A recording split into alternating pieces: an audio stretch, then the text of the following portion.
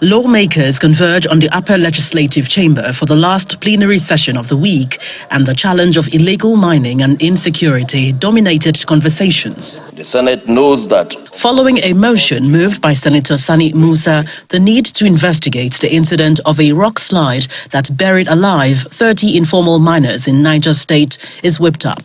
The appropriate authorities should, as a matter of urgency and necessity, initiate thorough investigation into the circumstances surrounding the incident so as to identify any existing lapses as they relate to safety regulations and enforcement in the sector. The National Assembly should invoke the powers that is conferred on it by Section 4 of the 1999 Constitution as amended, make the necessary legislation to guide the sector rather than allowing it to the whims and caprices of various government officials, as the case may be.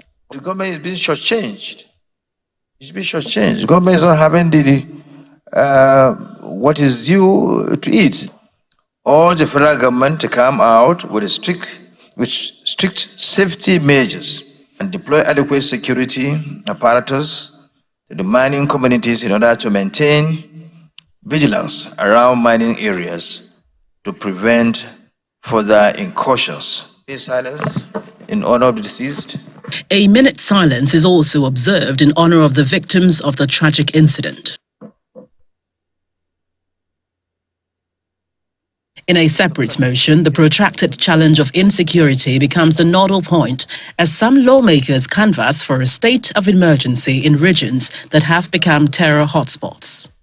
I think there is a need for all critical stakeholders, including the President himself, who will now call a meeting of all relevant persons, lock themselves in until they find solution to the insecurity problem in this country. They should not come out of the room. The security agencies probably are not competent, or they are afraid, or there is complicity. And therefore, all we need to do is to match this with timelines. Give them what they want, but give them timelines to achieve it. Once people know that they're going to lose their positions, they will act.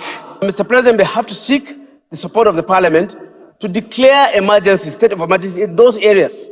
Once that is done, that will give the military and the security personnel the comfort and confidence to go all out to engage.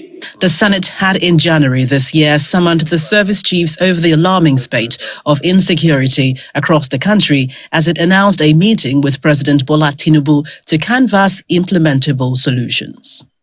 The Senate has now passed the National Anti-Doping Bill seeking to domesticate the UNESCO Convention Against Doping to, among other things, establish a National Anti-Doping Center to essentially halt the menace of doping among sportsmen and women. From the National Assembly, Gloria Umezuke, Channels Television News.